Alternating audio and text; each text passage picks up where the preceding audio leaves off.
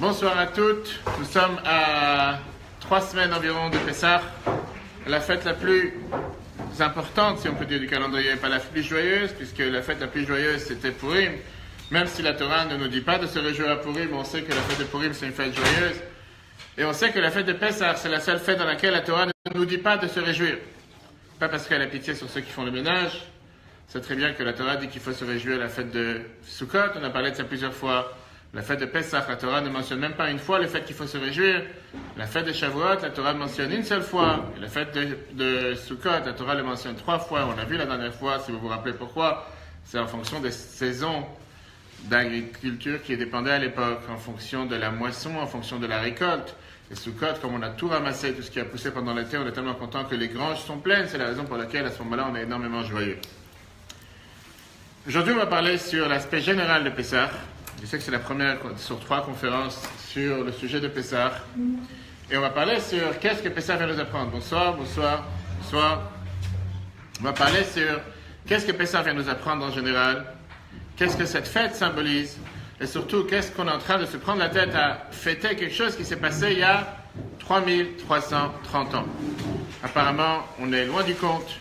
Aujourd'hui, on ne peut pas dire qu'on est esclave. Je pense que chacun ici connaît qu'est-ce que représente Pessah. Qui c'est qui peut dire aujourd'hui qu'il est esclave? Qu'est-ce que ça veut dire qu'on est sorti d'Égypte? Qu'est-ce que ça veut dire qu'on est devenu libre? On va tous lire la Haggadah le soir de Pessah, si Dieu veut, cette année, le vendredi soir, premier Seder, 30 mars, si je ne fais pas d'erreur, 30. Et on va tous dire la fameuse phrase que si jamais Dieu ne nous aurait pas fait sortir d'Égypte, alors nous et nos enfants et nos petits-enfants, on aurait été encore en Égypte, on aurait été encore esclaves. Et si je fais un tour de table, je ne pense pas qu'il y ait une seule personne ici qui se considère comme esclave. Je ne pense pas qu'il y ait une seule personne qui sait ce que ça veut dire l'Égypte non plus, à part si vous êtes parti visiter l'Égypte. Je sais que les Israéliens vont en masse, des dizaines de milliers, mais ici, je ne pense pas qu'il y a quelqu'un qui est parti en Égypte. Je parle pas. Hein, oui? Non? D'accord. C'est un voyage, c'est en vue d'un prochain projet? Non? Oui? Ça aimerait bien? D'accord. Ok. Tu veux faire un aller simple? D'accord. Ok, il n'y a pas de... Non, alors c'est vrai que d'après la halakha, on n'a pas l'habitude d'aller visiter l'Égypte. Rambam nous dit qu'on ne retourne pas en Égypte, peu importe, on ne va pas rentrer dans les détails. Je ne suis pas en train d'être une agence de voyage pour l'Égypte, j'ai rien contre les Égyptiens qui nous écoutent. Mais on sait très bien que, voilà, qu'est-ce que ça veut dire on aurait été encore en Égypte? On n'aurait jamais été encore en Égypte, ça n'a pas de sens. Deuxième point, qu'est-ce que ça veut dire devenir libre? Quand je demande à quelqu'un être libre, faire de la liberté. Déjà endormi, on n'a pas encore commencé, il n'y a pas de souci, Tu veux, j'amène un coussin, quelque chose. Justement, on va parler ce soir sur l'importance de s'accouder. À tel point que dans Shulchan Aruch, c'est écrit, exactement, Shulchan Aruch, c'est écrit qu'il faut s'accouder toute la Haggadah. Pas seulement pendant les cadeaux, toute la Haggadah. Donc le Shulchan Aruch d'Admor Hazaken, on va voir après. Donc c'est bien, on peut parler de Pessah, on peut le faire accouder, pourquoi pas. Et d'ailleurs, on va parler de ça aussi. Est-ce que manger accouder veut dire être libre? C'est très bien que si c'était la manière dont à l'époque ils avaient l'habitude d'être libres. Je peux vous garantir qu'aujourd'hui, si vous avez essayé une fois de manger un repas à couder, personne ne va dire qu'il se sent libre. Quelqu'un l'a essayé une fois? Manger à couder? Tous les jours tu manges à couder? D'accord, ok. Je pensais pas que je parlais avec des extraterrestres, mais en règle générale, on ne mange pas à couder, à tel point que la halakha fait toute une différence, s'accouder du côté gauche, du côté droit, etc. Ok. Pourquoi les femmes ne doivent pas s'accouder, par exemple? Je demande. Est-ce que les femmes s'accoudent ou pas? Pas de sniout. Wow. D'accord. J'ai jamais entendu ça. Bonsoir. Je crois, pas de sniout. Alors, qu'est-ce qu'on fait quand on accoude? On se déshabille? Qu'est-ce qui se passe exactement? Et alors? Explique-moi. Manque de pudeur. Okay. Et donc, c'est pour ça que tu t'es jamais accoudé? Tu t'accoudes pour les verres. Alors, ça veut dire que tu manques de pudeur. Discrètement. Pourquoi tu te caches derrière qui? Wow. Ok. Et quelqu'un d'autre? Bonsoir, on parle de Pessah, accoudé, ça vous parle? D'accord, vous êtes accoudé une fois dans la vie? Oui? Manger une fois tout un repas accoudé? Pas pour manger. Et si ça vous tente ce soir, par exemple, de manger tout un repas accoudé? Non, ça vous parle? Bonsoir, hein? Non, pas trop. D'accord. Il y a quelques personnes normaux, en tout cas. Quelqu'un ici a mangé tout un repas accoudé? Non? Ok. On va voir, on va parler de ça aussi. Et ce qu'on va voir surtout, c'est comme je dis, c'est pas seulement le fait d'être accoudé, pas seulement le fait de fêter Pessah. C'est vrai qu'on a tellement de choses autour de Pessah, on va parler aujourd'hui du sujet global, devenir libre. Est-ce que on peut être considéré libre ou pas? Et est-ce que ça ne commence pas d'abord par le propre psychisme de la personne? Est-ce que ça ne dépend pas de nous-mêmes? En deux mots, tu as quelqu'un qui peut être emprisonné et se sentir libre, et tu as quelqu'un qui peut être totalement libre dans ses mouvements, mais être réellement emprisonné à chaque instant de sa vie. Est-ce qu'il y a ici quelqu'un qui se sent emprisonné? Personne. Est-ce qu'il y a quelqu'un qui se sent emprisonné dans un certain fantasme, une certaine envie, un certain désir, une certaine idée? Qu'est-ce que ça veut dire être emprisonné? Ce n'est pas forcément avoir des menottes. Être emprisonné, ça veut dire d'être enfermé dans une certaine bulle qui n'arrive pas à s'en sortir. Et si on veut rentrer beaucoup plus dans les détails, bonsoir, beaucoup de gens aujourd'hui se sentent qu'ils sont emprisonnés dans un certain aspect, une certaine étiquette, une certaine catégorie, qui doivent se faire passer pour, ils doivent être adaptés à la société ou à l'environnement dans lequel ils vivent. Et si jamais je ne suis pas comme la société ou je ne suis pas comme l'environnement dans lequel je vis, automatiquement je ne peux pas vivre. Ça aussi, c'est une forme d'emprisonnement. Et plus on va avancer, plus vous allez voir que ça se peut que nous sommes tous emprisonnés et on a besoin de sortir en liberté. Et c'est la raison pourquoi la Torah nous dit qu'elle a fait des places à table. Vous pouvez les asseoir à côté et faites ceci. Comme vous voulez, mettez-vous à l'aise. Hein. Il y a des feuilles, mettez-vous à l'aise. Laissez les places pour les hauteurs d'auteur. Et donc, la question qui est demandée, qu'est-ce que ça veut dire devenir libre? Pas seulement devenir libre dans le grand terme, parce qu'à chaque fois on pense toujours globalement, on va changer la planète, on va changer le monde. Mais personnellement, qu'est-ce que Pessah veut dire pour moi? Qu'est-ce que ça veut dire quand je suis assis à la table du Seder après 3300 ans qu'on répète la même chose, et chaque année on répète la même phrase? L'année prochaine on sera à Jérusalem. Concrètement, qu'est-ce que ça veut dire? En quoi j'ai changé depuis l'année dernière que j'ai fêté Pessah et je suis devenu libre? Et en quoi je suis redevenu libre par rapport à cette année, ce soir? Une réponse? Bonsoir. J'ai compris, je parlais au mieux. On va répéter, pas de souci. Quelle est la différence entre l'année dernière Pessah et cette année Pessah? Quelle est la différence entre l'année dernière que j'étais déjà devenu libre, en tout cas j'étais censé devenir libre, sortir, devenir à la fête de la liberté, et depuis un an, tu es prêt à refêter Pessah cette année si Dieu veut, tu n'es pas esclave. Qu'est-ce que tu cherches encore une fois une liberté de quoi? Tu as déjà été libre l'année dernière. Parce qu'on fait. Ça dépend ce qu'on fait. Ça dépend ce qu'on fait. C'est-à-dire que... Si on a fait un cycle ou quelque chose, des études, je sais pas quoi, D'accord. etc. Et donc Bah voilà, on est dans quelque chose de nouveau. Donc le Pessah de cette année sera différent de celui de l'année dernière, vu qu'on aura fait... T'as raison. Ce que tu viens de dire, t'as raison. La fête de Pessah en soi, non, on a même combat. Donc c'est exactement la même chose. En deux mots, ça prend la tête plus qu'autre chose. Parlons clair. C'est pas ce que tu veux dire, mais c'est ce que tu aurais pensé dire. Qu'est-ce qu'on a besoin de se prendre la tête, d'accord, une fois? 3 matzot, le rituel en deux mots, rentrer dans... T'as bien dit. Voilà. Tout le monde est d'accord avec elle? Au moins, dire les choses claires, pourquoi elle se gêne? Dire les choses comme on les pense. Quelqu'un pense la même chose ou pas? Soyons francs, c'est pas enregistré, vous êtes pas, c'est pas ici une enquête. Sérieusement, qu'est-ce que t'en penses toi en face? Qu'est-ce que t'en penses toi en face? C'est redondant, mais je pense que c'est important quand même de... Parce que c'est le rituel, il faut le faire, il n'y a pas le choix. On répète, enfin, de toute façon, en tous les cas, on pourrait dire la même chose pour les barrages, dans ce cas, c'est tout le temps la même chose. Non, c'est pas tout. Justement, ça dépend comment tu prends la chose. Ben, c'est la même chose pour la routine journalière. Tu te lèves tous les matins, tu vas dormir tous les soirs. Mais alors comment tu appréhendes ça? Comment? Et donc concrètement, c'est la même chose, c'est pas la même chose. Tu appréhendes, tu veux le refaire, ou tu te dis, j'aurais tellement préféré de ne pas avoir affaire avec cette fête ou d'autres fêtes. Mais là on parle de Pessah. Objectivement, c'est la même chose. Après, On a compris, ton point de vue, c'est que c'est énervant plus qu'autre chose. T'as raison, mais t'as raison. Mais je t'accorde. Mais je pense qu'à la fin du cours ce soir, tu changeras d'avis. Je pense, j'espère. Si on peut apporter un commentaire ou par exemple à la tête du Seigneur ou des trucs comme ça, quoi. Après, ça reste la même chose. Et ça dépend de la manière dont on va prendre la fête. Alors c'est là la question. Quel est le but de faire à chaque fois les mêmes rituels? Quel est le but de faire à chaque fois la même routine? Il n'y a pas une fois qu'on grandit, qu'on n'est plus enfant, qu'on n'est plus bébé, qu'on dit stop. J'ai plus envie de faire des choses qu'on m'impose à faire. Ça ne me parle pas ce rituel. Ça ne me parle pas de mettre 3 matzot sur la table. Ça ne me parle pas de me tremper dans l'eau salée. Ça ne me parle pas de boire 4 verres de vin. Ça ne veut rien dire pour moi. J'ai envie de boire du vin aujourd'hui. Pourquoi attendre dans un mois? Parce que une fois tu t'es posé la question. Ce soir, il y a des places. Alors, toi tu te dis c'est comme ça, c'est ce qu'on m'a appris. Je suis figé dans cette idée, je ne peux pas changer. Je ne peux pas me voir. Hein? Non, ça dépend. Enfin, je sais pas. Après, moi, je sais comment c'est sur la tête un peu avant. Enfin, je sais qu'on se prépare quand même tout ça. Donc toi tu parles par rapport à un commentaire en plus se renseigner. Mais je parle du rituel. Non, le rituel, c'est le même à chaque fois. Et c'est pas ennuyant. Dis ce que tu penses, personne ne te juge, personne n'est en train de te frapper ici. C'est comme ça, il faut le faire. Voilà, il n'y a pas à discuter. On m'a dit, je fais. D'accord. Tout le monde est d'accord avec elle? Hein? On m'a dit je fais. Ouais. Parlons concret. Est-ce que Pessah, ça te parle? Est-ce que tu as envie de le faire? Est-ce que tu appréhendes d'une manière que j'attends cette fête de pouvoir manger 3 matzot et boire 4 verres de vin? Ou bien dis, laisse-moi tranquille, je n'ai pas besoin de tout ce truc-là. Ça ne me parle pas. Je le fais parce qu'il faut le faire. Je suis avec ma famille, j'ai pas le choix. J'ai envie de faire une fête qui est sympa. Mais est-ce que tu me demandes si j'ai envie, si ça me parle pas, cette histoire? C'est parce que ça représente que ça parle. Qu'est-ce que ça représente? Ouais, c'est une liberté qu'on a. C'est ce qu'on est en train de voir, c'est ce qu'on va voir justement. Mais le rituel en soi, tu peux t'en passer. J'aurais pas choisi, quoi. Tu n'aurais pas choisi. C'est pas ton premier choix. Si je te demande de faire le repas de ton mariage avec 3 matzot et 4 verres de vin, c'est pas mon truc. D'accord, j'ai compris. Des abamères aussi, j'ai oublié. D'accord. Bonsoir. Alors?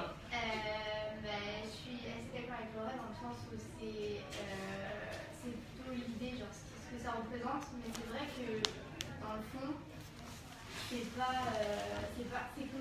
assez concret pour moi en tout cas, parce que j'ai pas vécu l'expérience. Exact. C'est ce qu'on va voir justement ce soir. Et donc, tu te dis, qu'est-ce que sont ces phrases que je suis en train de dire qui ne me parlent pas à moi? On est en 2018, 5778, 3330 ans depuis la sortie d'Égypte. Qu'est-ce que tu veux avec ces phrases? Attendez. Oui, madame, je vous écoute. On est face à un petit problème ici, parce que si vous dites à chaque Un fois... petit problème? Un petit. Moi, je dis un grand problème. Alors, un grand problème. D'accord? Chaque chose qu'on fait, ne serait-ce que dans les Chadim, à chaque fois, ça devrait aussi nous saouler à chaque fois. Mais je suis tout à fait d'accord. Mais je suis tout à fait d'accord. Mais je suis tout à fait d'accord, et c'est la raison pour laquelle on va voir ce soir ensemble. Tout dépend comment tu appréhendes, pas seulement comment tu te prépares à la fête, qu'est-ce que tu attends de cette fête. Si c'est pour refaire ce que tu as fait l'année dernière, ne le fais pas. Je te dis clairement, c'est enregistré, ne le fais pas. Si c'est pour faire copier-coller de l'année dernière, ne fais pas. C'est la perte de temps. Fais autre chose. Non. Moi, je suis pas du tout dans cet esprit-là. Je pas dit toi. Mais, désolé, l'esprit de ta terre. D'accord. Ce que je veux dire par là, c'est qu'on n'a jamais demandé à avoir 3 matzot et 4 verres de vin, etc. Mais le truc, c'est que, en fait, il faut voir encore plus que ça. Et chaque verre de vin signifie quelque chose, comme la pomme trempée dans le miel signifie quelque chose. Ça veut dire qu'à chaque fois que tu bois un verre de vin, le soir de Pessah, tu es en train de rentrer dans le Saint-Esprit et te dire que ce verre de vin représente telle et telle et telle chose. Et c'est pour ça que... Il y a des gens qui sont mystiques comme toi, je l'accorde. Mais je pense qu'il n'y a pas tout le monde. Pas tout le monde est mystique. Pas tout le monde est mystique. Ça va? Tu peux venir à côté si tu veux, il n'y a pas de souci. Hein? T'es bien? Tu veux un coussin, quelque chose? D'accord. Ok. Chers amis, c'est ce qu'on va voir ce soir ensemble. On va voir qu'est-ce que représente cette fête. Là, sincèrement, je pense que c'est une question que beaucoup de nous se posons. C'est pas juste vous et moi. Beaucoup de jeunes, surtout dans la société dans laquelle on est. Et on a un devoir de se poser les questions. On n'a pas le droit d'avoir honte à poser une telle question. Et on a le devoir d'être franc, comme elle a dit, Jessica, pardon. Elle a 100% raison. Je ne vais pas répéter le mot qu'elle a dit, mais l'idée, elle a 100% raison. Il y en a marre, on l'a déjà fait 100 000 fois, on l'a déjà fait 10 ans, 20 ans. Je l'ai fait pour plaire à mes parents, je l'ai fait parce qu'il fallait le faire. Laisse-moi tranquille. Qu'est-ce que ça me parle aujourd'hui? Regardons ensemble. D'abord, dans la Torah, on voit qu'il y a 2 bases. 2 bases générales. On a la première base que la Torah n'arrête pas de répéter. Bonsoir.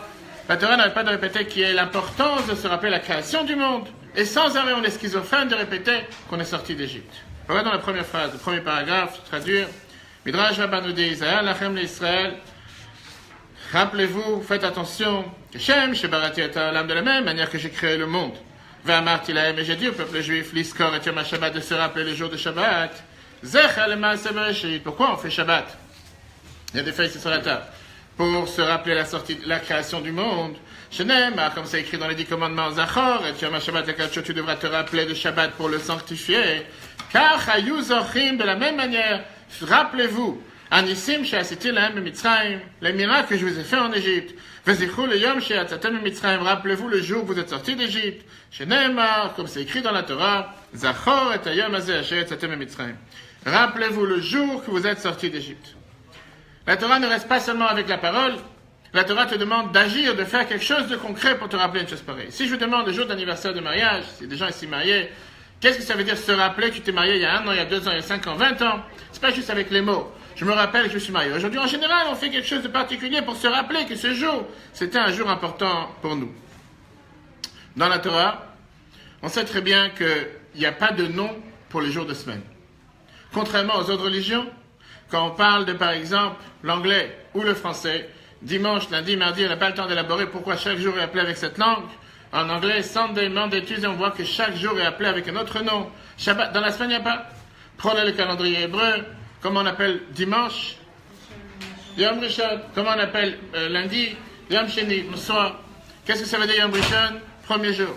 Qu'est-ce que ça veut dire Yom Sheni? Deuxième jour. Qu'est-ce que ça veut dire Yom Shlishi? Troisième jour. Et quand on prend la Torah et la prière qu'on dit tous les matins, on voit comment on dit, c'est Yom Rishon Be Shabbat, le premier jour de Shabbat, deuxième jour de Shabbat, troisième jour de Shabbat. Ça veut dire qu'on est schizophrène. Il n'y a que Shabbat qui existe. Alors c'est vrai qu'on est, particulièrement en France, on adore les vacances et les grèves et les fêtes. Je parlais tout à l'heure avec quelqu'un que les gens viennent de revenir du ski. Il y en a qui sont encore au ski jusqu'au 11 et il y en a qui sont en train de revenir de vacances et ils pensent déjà, puis ça, il faut qu'ils repartent. Donc il y a encore 2 semaines. Les gens ne calculent pas ici de combien de temps à combien de temps il faut travailler. Combien de temps j'ai le moment de vacances. Mais en tout cas, c'est ce que la Torah te dit par rapport à Shabbat. La base fondamentale de ce que le peuple juif croit en Dieu, on doit se rappeler la création du monde, c'est par rapport à Shabbat. Regardons ce que Nachmanite, Rabbi Moshe ben Nachman, grand sage d'Espagne, vient et nous dit dans la paracha Shemot, quand on parle des 10 commandements, deuxième paragraphe, chez Niskor b'cholim et Shabbat. Dieu il veut que chaque jour tu penses à Shabbat. Ki bezochenu otatamid, quand on va se rappeler chaque fois de Shabbat. Niskor ma'aseh bereshit b'cholet, automatiquement tu vas te rappeler que Dieu a créé le monde. Shabbat, 7e jour de la création. Venodeh sheyesh la'olam boré. Rajoute ici un point important. On va se rappeler que Dieu, il y a un créateur à cette planète. La planète n'est pas une jungle, c'est pas juste un monde qui existe sans que personne la conduise, mais en réalité, il y a un Dieu qui dirige cette planète. Très bien. Dans le Mechilta, ils disent,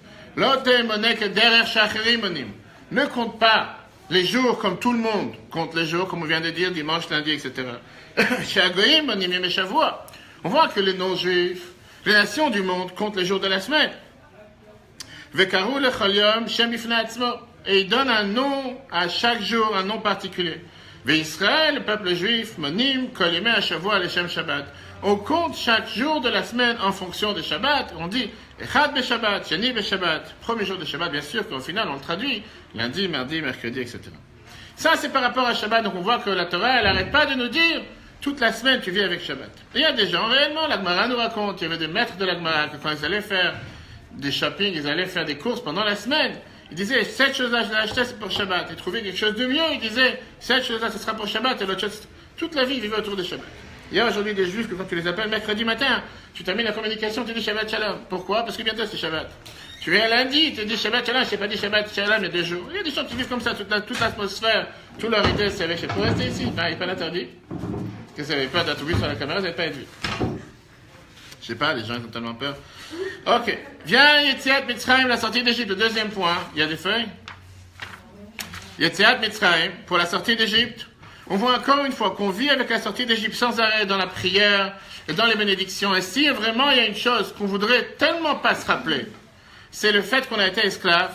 Et là, sans arrêt, la Torah te dit, rappelle-toi que vous êtes sorti d'Égypte. Comme si quelqu'un qui était en prison et que du matin jusqu'au soir, chaque chose qu'il fait, il se rappelle, rappelle-toi que tu es sorti de prison. Je pense que c'est la seule des choses que la personne ne cherche pas à se rappeler. En général, la personne ne veut même pas que ça s'affiche sur son casier. Si c'est un casier judiciaire, c'est sur son CV. Qu'est-ce que ça doit lui rappeler du matin jusqu'au soir qu'il était en prison? Et là, la Torah n'arrête pas de nous dire que chaque chose qu'on fait dans la vie, on doit, à n'importe quelle mitzvah, on n'a pas le temps d'élaborer toutes les mitzvahs, on va voir quelques-unes. Tfilin, rachat du premier-né, Shabbat, n'importe quelle chose, rappelle-toi la sortie d'Égypte. Comme si j'ai toujours cette marque, j'ai toujours, vous savez, qu'on dit quelqu'un qui a été interdit d'entrer aux États-Unis ou dans un autre pays, il a un tampon noir sur son passeport. Vous avez entendu parler? Jamais? Que Dieu fasse si j'ai jamais entendu parler. Mais en tout cas, pourquoi j'ai besoin de me rappeler toujours de ce problème? Ça y est, je suis sorti d'Égypte. J'ai quitté l'Égypte. C'est terminé l'histoire. Qu'est-ce que les gens me rappellent depuis 3000 ans, 3330 ans? Chaque jour, pas une fois, pas 2 fois, mais des dizaines de fois, chaque chose que tu fais dans la religion, rappelle-toi la sortie d'Égypte. Ça y est, je sais, j'étais esclave. D'abord, je ne sais même pas où se trouve l'Égypte, mais même pas mes parents, mes grands-parents. Pourquoi se rappeler sans arrêt? Mais d'abord, regardons le texte. Shulchan Aruch, comme je vous ai dit tout à l'heure, le Shulchan Aruch Admor HaZaken. Dans le chapitre 67, a été dit, Mitzvot Aseh min Torah, c'est Mitzvot Aseh de la Torah, Liskor Yetziat Mitzrayim bechol yom. De se rappeler la sortie d'Égypte chaque jour. Bayom ou balayla, jour et nuit. Sheneemar, comme c'est écrit, le man, Tiskor et yom tzetechem et Yetziat Mitzrayim kolem mechayecha. Tu dois te rappeler la sortie d'Égypte tous les jours de ta vie. Et on le rappelle, il était dit clairement dans la Tfila, dans la paracha des Tzitzit, on rappelle qu'on est sorti d'Égypte. dans la bracha de Gal Israël. Bref, il y a des dizaines de paragraphes dans la prière, jour et nuit, qu'on rappelle la sortie d'Égypte. Et la question qui est demandée est la suivante. Pourquoi? Pourquoi cette schizophrénie de se rappeler qu'on est sorti d'Égypte? Qu'est-ce qu'on a besoin de se rappeler une telle chose? Est-ce que c'est le seul miracle que le peuple juif a vécu? On n'a pas vécu d'autres miracles sur terre. Il y a eu tellement d'autres choses, tellement d'autres épisodes pour le peuple juif que la Torah nous en parle. C'est vrai, la sortie d'Égypte, c'est quelque chose d'important, je ne dis pas le contraire. Mais pourquoi c'est quelque chose de si fondamental, qui est tellement... On a une obsession avec se rappeler, le devoir, sans arrêt de parler de la sortie d'Égypte. Je t'ai mis en face, tu as le droit à la parole. Non, parce que j'ai pas vraiment de réponse, mais c'est d'autres qu'on voit pas. Mais c'est ce que tu fais tous les jours. Oui, c'est vrai, dans la fila. Là, tu fais partie du rituel. C'est écrit, je le fais. Pas besoin de poser cette question. Non, mais c'est quand même exceptionnel quand ça. Qu'est-ce qu'il y a d'exceptionnel? Bah, ça En quoi c'est plus exceptionnel que les 10 plaies? En quoi c'est plus exceptionnel que le vécu dans le désert avec la manne qui tombe du ciel? 40 ans. Je ne vais pas dire que c'est rien. C'est un événement parmi tant d'autres. Parce que ça a aussi pas d'exception, non? Le fait de vivre la mer en eau, c'était pas quelque chose qui a passé en On ne parle pas de sortir d'Égypte. On ne parle pas de se rappeler l'ouverture. Yetziat Mitzrayim, c'est ce qu'on dit tous les jours. On ne parle pas seulement de l'ouverture de la mer en deux ou les diplômes. On parle de la sortie d'Égypte. Oui, quelqu'un d'autre? À notre échelle, on doit sortir. Que quoi? Que quoi? Que tous les matins tu sors de la maison, tu te rappelles, je viens de sortir d'Égypte? Il y a des gens qui attendent le moment de sortir de chez eux. Ce n'est pas le cas pour tout le monde. Non, mais on doit sortir de notre esclavage à nous. Tu te sens esclave? Qu'est-ce qu'il y a ici? Tu es esclave, quelqu'un t'utilise? Tu peux dénoncer la police? C'est-à-dire qu'on est sous l'emprise de la société. Donc tous les jours tu dis quoi? Tu dis faut que je sorte ou tu dis non mais je me rappelle que j'étais déjà une fois dans ce système? Hein? Je me rappelle que tu fais, j'en passe quelque chose, mais je me rappelle, tu vas juste me rappeler. Ça va, combien de fois tu vas t'en rappeler? Une fois, c'est pas une fois, c'est des dizaines de fois par jour. Qu'est-ce que tu dis? Hein?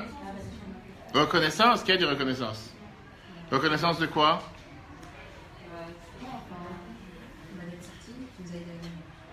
Combien de fois tu veux t'en rappeler? Encore une fois. T'as que ça à faire. Ok, d'accord, il n'y a pas de souci. Si ça te va, ça te va. Donc je vais t'expliquer, je suis aumônier des prisons. Chaque fois je vois des détenus, je vois des fois des détenus qui sont sortis de prison. J'ai pour l'instant, jusqu'à nos jours, pas entendu un détenu qui est sorti de prison 1 an, 2 ans, 3 ans en retard, que chaque jour, 10 fois par jour, il dit « Je remercie le bon Dieu d'être sorti de prison ». Il a dit une fois, il a dit 2 fois, il y en a qui ne veulent même pas s'en rappeler, il y en a qui ne veulent même pas avoir de contact avec. Alors, moi j'ai un exemple, les gens qui sont sortis d'une très grande maladie, Oui, d'accord. eh ben, je peux vous assurer, je ne suis pas dans une grande maladie, mais je suis pratiquement certaine qu'on remercie chaque jour qu'on a été sauvé d'une maladie. D'accord, combien de fois par jour? C'est rien, autant de fois qu'il veut. D'accord. Tu es aumônier des hôpitaux? Non. Moi, je suis. Juste après, je vais à l'hôpital de Créma-Bicêtre, si vous voulez, on peut aller ensemble voir une femme. Sérieusement, je suis sincère. Oui, il n'y a pas de mal. La Torah, elle est pour l'idée de remercier. Il y a l'idée de remercier ce qui s'est passé. Et il y a l'idée de sans arrêt vouloir dire, je suis sorti de l'hôpital. Ça y est, tu es sorti de l'hôpital une fois. C'est pas un endroit où tu veux t'en rappeler tout le temps. Tu te rappelles que tu es en bonne santé, tu veux remercier Dieu que tu es en bonne santé. Mais sans arrêt dire, je veux me rappeler que je suis sorti de l'hôpital. Tu veux pas y penser à l'hôpital, c'est pas une place que tu veux y penser. C'est un début. C'est le début d'une nouvelle ère. Là. Donc c'est pour ça qu'il faut se rappeler des dizaines de fois par jour. Je sais pas si des fois c'est utile, mais je pense que se rappeler des fois c'est utile. Voilà. On arrive petit à petit, on arrive au même raisonnement. D'accord, c'est bien. D'accord. Plus que ça, on va voir que Dieu, quand il a mis sa carte de visite, on va voir que quand Dieu a donné les 10 commandements, la carte de visite c'était « Je suis Dieu ton Dieu qui t'a fait sortir d'Égypte ». Asher otzetichem me'eretz Mitzrayim. Dieu il aurait pu se dire que j'ai créé le ciel et la terre, que j'ai créé tous les astres, les animaux, les planètes. Je fais en sorte que cette planète fonctionne à merveille à chaque instant de la journée. Je fais en sorte que le monde fonctionne jusqu'à aujourd'hui. Chaque jour c'est un jour, chaque nuit c'est une nuit. La seule phrase que Dieu trouve à dire quand il nous rencontre pour la seule et unique fois qu'il est descendu sur la planète, Terre. Je suis Dieu ton Dieu qui t'a fait sortir d'Égypte il y a 3300 ans. Imagine-toi un instant un père qui dit à son fils, tu dois honorer tes parents. Pourquoi? Parce qu'une fois, quand tu avais 12 ans, tes copains de ta classe ils t'ont fait du mal, et moi je suis venu et je t'ai libéré de ceux qui voulaient se bagarrer avec toi. C'est la raison pour laquelle tu dois m'honorer. Est-ce que ça ne s'appelle pas minimiser le rôle qu'un père a envers son enfant? Parce qu'une fois, quand tu avais 12 ans, quand tu avais une bagarre, c'est exactement la même chose. Dieu il vient voir le peuple juif et il dit, je suis Dieu ton Dieu, bonsoir. Je suis Dieu ton Dieu qui t'a fait sortir d'Égypte. Parce que si je t'aurais pas fait sortir d'Égypte, j'ai rien à mettre sur mon CV. Il y a une place ici. Ça s'appelle, c'est pas normal d'avoir un tel, ça n'a pas de logique. C'est minimiser la volonté et l'action de Dieu à chaque instant sur la planète, en rapport avec la sortie d'Égypte. Et c'est pas une question que moi je pose, c'est une question que l'Even Ezra pose. Regardons le Shemot. La suite. La dernière paragraphe du chiffre 1. Dans la Seret HaDibrot, on te dit, Anochi Hashem Elokecha, je suis Dieu ton Dieu, Asher Hotzaticha Meret Mitzrayim, qui t'a fait sortir d'Égypte. Viens le Even Ezra et te dit, Sha'alani Rabbi Yehuda, Levi Rabbi Yehuda, il me demande la question, Lama Iskir, pourquoi Dieu me demande, Anochi Hashem Elokecha, Asher Hotzaticha Meret Mitzrayim? Pourquoi Dieu, il vient et te dit, je suis Dieu ton Dieu, qui t'a fait sortir d'Égypte? Velo Amar, il dit pas, She'asiti Shamayim Va'aretz. J'ai créé le ciel et la terre. C'est pas beaucoup plus important que la sortie d'Égypte. Ça va? On est en train de parler de l'Égypte, esclaves, liberté. Ça parle? Tu fais partie des esclaves ou des libérés? J'espère des libérés. Non, j'espère. Ok, pas sûr. On va voir ce soir qu'est-ce que la sortie d'Égypte a fait pour chacun d'entre nous. On va voir qu'est-ce qu'on doit faire pour sortir d'Égypte dans notre vie. Quand on va voir que c'est pas juste quelque chose qui est totalement abstrait, totalement, je dis, extraterrestre, quelque chose on n'est même pas au courant de ce qui s'est passé, mais c'est quelque chose qui nous parle, c'est quelque chose de nous aujourd'hui, pour voir comment on attend impatiemment de pouvoir fêter cette fête, pour encore une fois sortir de notre Égypte. Monsieur, une question. Monsieur, oui madame. Désolé. Il n'y a pas de souci. Juste, si on doit dire tous les jours, dizaines de fois par jour, vingtaine. Pas si on doit dire, on le dit. Ah, on le dit. C'est celui qui prend le livre de prière, celui qui fait des mitzvot tous les jours, et automatiquement c'est ce qui se passe. Alors d'accord. Si déjà je le dis tous les jours, Oui, une dizaine de fois par jour, oui, pourquoi du coup on a besoin de faire ça? c'est le prochain sujet. La regardiste. La vie de tous les jours, comme on a dit tout à l'heure, la différence avec tous les jours et la différence avec Pessah, c'est que tous les jours ce qu'on fait c'est Zecher l'Yetziat Mitzrayim, pour se rappeler de la sortie d'Égypte. Et c'est vrai qu'on a dit, il y a beaucoup de mitzvot, il y a beaucoup de bénédictions. Toute l'année sont faits pour nous marquer cet événement, qui est un événement miraculeux. Quand arrive le soir de Pessah, la nuit du Seder, cette nuit c'est totalement différent. Là, on est réunis autour de la table. On a le Manishtana que les enfants y posent. On a tout le déroulement du soir du Pessah. C'est totalement différent avec ce qu'on fait toute l'année pour se rappeler de la sortie d'Égypte. Parce que si le but était juste de se rappeler encore une fois, la question elle est 100% correcte. De toute façon, on s'en rappelle tous les jours. En quoi faire quelque chose de différent le soir de Pessah? Puisque toute l'année, on s'en rappelle des dizaines de fois. On est bien obligé de dire qu'il y a quelque chose de particulier qu'on fait le soir de Pessah qu'on ne fait pas toute l'année, est différent de ce qui se passe toute l'année. Alors que pendant toute l'année, la seule chose qu'on fait, c'est se rappeler. C'est juste une mémoire. Le soir de Pessah, on est là pour raconter dans tous les détails tout ce qui s'est passé à la sortie d'Égypte. Alors que toute l'année, on se rappelle avec une simple phrase dans le Kiddush. Zecher l'Yetziat Mitzrayim. Que ce soit dans les tefilin, que ce soit dans l'achat du premier-né, et toutes les autres mitzvot qui sont faits autour de se rappeler la sortie d'Égypte, et c'est une seule phrase. Le soir de Pessah, on est en train de revivre, pas seulement se rappeler en oral, mais on revit concrètement la sortie d'Égypte réelle qui se passe aujourd'hui. Regardons ce que le Minchat Chinuch nous dit, chiffre 2. Et il pose la question que tu viens de poser. Tzar Echri, on y pose une question. Quelle est la spécialité de cette nuit, de toutes les autres nuits? C'est très bien qu'on a le devoir de se rappeler de la sortie d'Égypte jour et nuit.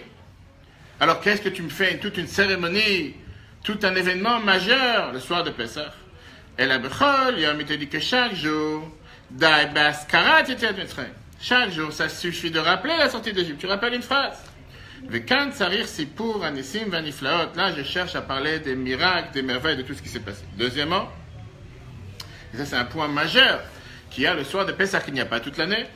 Tamid la mitzvah la askem ifnatzmo, tout le temps la mitzvah elle est de se rappeler soi-même, venant la guide livno, et de ne pas en parler à ses enfants. Tous les jours, je n'ai pas un devoir de raconter à mes enfants la sortie d'Égypte. Parce que je suis un ex-détenu, je dois dire à mes enfants que j'étais en prison. Tous les jours, j'ai un devoir de me rappeler que je suis sorti de prison, je suis sorti d'Égypte. Et quand on parle de la mitzvah de Pessah, tout d'un coup, on a ici une mitzvah particulière. La mitzvah, elle est le saper, l'ivno, de raconter à nos enfants. Toute l'idée de la Haggadah, c'est de raconter à nos enfants. Le soir de Pessah, on a un devoir de faire passer le message. à une génération en plus. Alors vous allez dire, qu'est-ce qu'on fait quelqu'un qui n'a pas d'enfant? Il doit te même raconter. Les enfants spirituels, si Dieu veut, il aura des enfants. Un autre juif, à soi-même. Ça, c'est le sens simple. Le sens simple, c'est que toute l'année, on a un devoir de se rappeler simplement. Le soir de Pessah, c'est pas juste se rappeler, c'est revivre, et en faisant passer le message à la suite. Mais on va voir qu'en réalité, dans la Haggadah, et la Haggadah veut dire raconter. C'est pour ça que je rappelle chaque année l'importance de lire la Haggadah en langage qu'on comprend. Et quelqu'un qui lit la Haggadah en hébreu et qui ne comprend pas ce qu'il dit, c'est comme s'il n'a absolument rien fait. Et c'est une mitzvah de la Torah de raconter la Haggadah. C'est partie des mitzvahs importantes du soir du Seder. Important de comprendre ce qu'on fait, pas se casser la tête à vouloir lire en phonétique pour se faire passer pour quelqu'un qui lit l'hébreu. Parce que phonétique, c'est ni l'hébreu ni le français. Non, aucune valeur. Aucune valeur. Aucune. Shulchan te dit, ta misère de raconter dans la langue que tu comprends. Il y a quelqu'un qui se marie dans 3 mois. Vous avez entendu? Qu'est-ce que ça veut dire la nuit?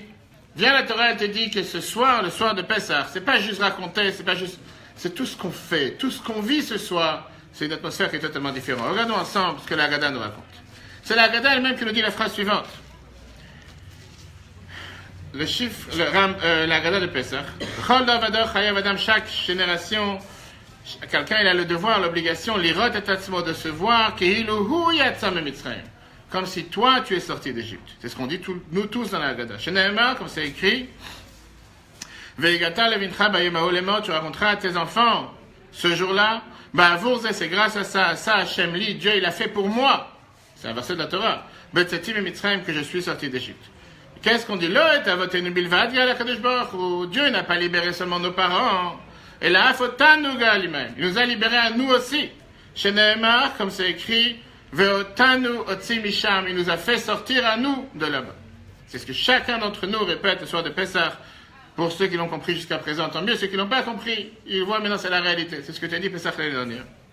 Ça veut dire que chaque année, toute l'année, on répète quoi? On répète le fait qu'on est sorti d'Égypte. Nos parents sont sortis d'Égypte il y a 3300 ans. Le soir de Pessah, on ne parle pas tellement de nos parents. On parle surtout que nous sommes en train de sortir d'Égypte parce qu'eux, ils sont sortis. C'est pas juste qu'eux, ils sont sortis et ça reste là. Eux, ils sont sortis. Chacun d'entre nous est en train de sortir. Et dans chaque génération, on a un devoir de voir la réalité comme si nous, on sort d'Égypte. Comme si la sortie d'Égypte n'est pas quelque chose du passé, mais quelque chose qui se passe dans notre maison. Alors, comme j'ai dit tout à l'heure, il y a certaines personnes qui toute l'année vivent l'enfer. Et ils attendent tous les jours de sortir de chez eux. Et quand ils sortent de chez eux, ils sortent d'Égypte. Ou bien sortir de chez eux tous les jours, sortir de chez eux à un certain âge, pour des adolescents, et se dire, finalement, je vais pouvoir avoir mon appartement, être libre, pouvoir faire ce que je veux, avoir ma liberté, etc., etc. Et bien la Torah, elle te dit, la différence avec ce qui se passe toute l'année et le soir de Pessah, toute l'année, c'est plus une simple mémoire. Le soir de Pessah, on est en train de revivre le film. On se met dans le film, on se met dans l'histoire, et on voit le déroulement de A à Z, tout ce qui s'est passé. C'est pas juste qu'on le dit, mais tout ce qu'on fait ce soir-là vient marquer l'idée qu'on est en train de revivre ce film à chaque instant. On a un devoir de faire tout ce qu'on fait le soir de Pessah pour se libérer de cette Égypte, pour sortir de ces barrières et pour revivre cette délivrance. C'est la raison pour laquelle, comme on a commencé tout à l'heure, on demande dans la halakha d'être accoudé pendant qu'on fait le soir de Pessah la Haggadah. Pourquoi? Parce que quand on dit qu'en règle générale, c'est les rois qui mangent de manière accoudée. Alors, je ne sais pas aujourd'hui s'il y a des rois qui mangent accoudés. Peut-être le président Macron mange accoudé, j'ai aucune idée. Ou Donald Trump, ou va savoir qui d'autre. En général, je ne sais pas, mais à l'époque, on te dit que c'était la manière de manger accoudé. Et la Noazaken, il écrit dans Shulchan Aruch, comme on va voir, que c'est une mitzvah d'être accoudé pendant toute la nuit. C'est la réalité, on fait seulement pour les mitzvahs de la Torah, qui sont les 4 verres de vin et la matzah, pour se sentir libre. À part le fait qu'on boit bien sûr les 4 verres et la matzah accoudés, il y en a qui ont l'habitude de faire tout le repas accoudé, pour se sentir et montrer comme quoi on est libre. Alors vous allez me dire, est-ce que c'est juste un jeu qu'on est en train de faire? Qu'est-ce que tu as des gens qui ont les plus grands problèmes sur Terre, les plus grands ennuis sur Terre, parce qu'ils vont boire accoudés, ça va enlever les ennuis. Mais ça on a parlé déjà, je ne sais pas si vous vous rappelez dans le cours de Purim, que la Torah elle te dit que la manière comment tu te positionnes, c'est comme ça que les choses deviennent. Si tu te stigmatises en tant que quelqu'un de libéré, tu deviens libéré. Si tu te forces à être joyeux, tu finiras par être joyeux. Si tu te forces à vouloir pleurer et râler, tu finiras par pleurer et râler. Si tu te mets dans une atmosphère que tu es libre, tu deviendras libre. Si tu te comportes comme quelqu'un de libre, tu deviendras libre. Regardons Rambam, Maïmonide dans les lois de Chametz et Matzah, loi de la Haggadah. Chapitre 7, verset 6, étudie la chose suivante. Chayav Adam leharot et atzmo, un homme a le devoir, une personne, de se montrer Comme si lui-même il est sorti maintenant de la sortie de l'esclavage d'Égypte. Le fichar, c'est la raison que chez Soed Adam Belayla Hazeh, quand quelqu'un mange cette nuit-là, ça c'est pour toi. Tzarich lechol velishtot, tu dois manger et boire, vous meisef derech herut, et le faire de manière de liberté, être accoudé en montrant qu'il est libre. V'chol echad ve'echad, chacun ben nashim, homme comme femme, chayav lishtot belayla hazeh, il a le devoir de boire ce soir-là, arba kosot shel yain, 4 verres de vin, et avec ça on montre qu'on est libre, etc., etc. Tout ça, ça je fais que renforcer la question avec quoi on a commencé. Avec quoi et comment on devient libre par un tel rituel? Est-ce que ça, c'est toute la base de la Torah? Je m'assois ce soir à table, on boit 4 verres de vin, on met 3 matzot, certains élèvent le plateau sur la tête, et ils font tourner le plateau sur tout le monde, et avec ça, on est tranquille. On est devenu libre. Tels les gens que la veille de Pessah, le lendemain de Pessah, ils sont exactement les mêmes. Peut-être qu'ils ont pris des kilos en plus. Peut-être qu'ils se sont énervés en plus. Ceux qui vont dans les hôtels, ils viennent de raconter chaque année comme quoi on n'a pas pu entendre les CDR, les gens ils couraient dans tous les sens, et va savoir. Ou des autres qui vont te dire il y avait de la viande sans limite, il y avait 20 sortes de viande. Peut-être qu'ils ont vraiment sorti la liberté. En quoi tu as changé avant ce rituel, après ce rituel? En quoi tu es devenu différent? Réponse? Quelqu'un d'autre? Tu fais Pessah? Je fais peut-être mieux d'une année sur l'autre. Comment mieux? Dis-moi comment tu as fait mieux l'année dernière que l'année d'avant. Que la matzah était plus grande, plus bonne, tu as mangé plus de matzah.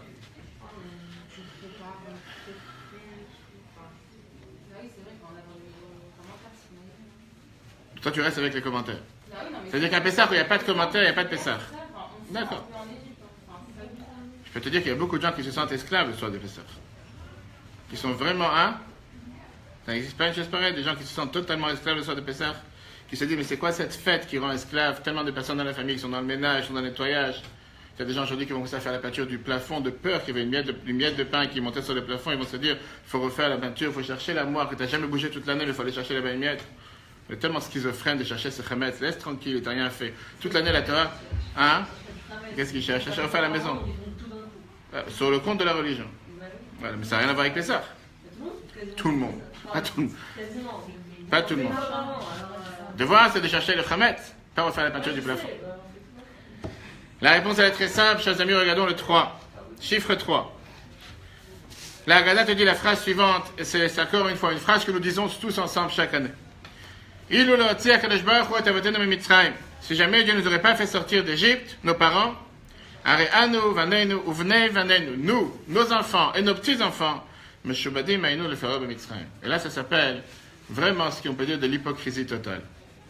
Dire que nos parents, s'ils ne seraient pas sortis, nous, on ne serait pas sortis, peut-être. Avec quoi tu peux parler au nom de tes enfants et tes petits-enfants? D'abord, qui te dit que tu auras des enfants? Qui te dit que tu auras des petits-enfants? Et qui te dit parce que toi, tu es esclave, automatiquement, tes petits-enfants sont esclaves? C'est quoi cette manière de parler?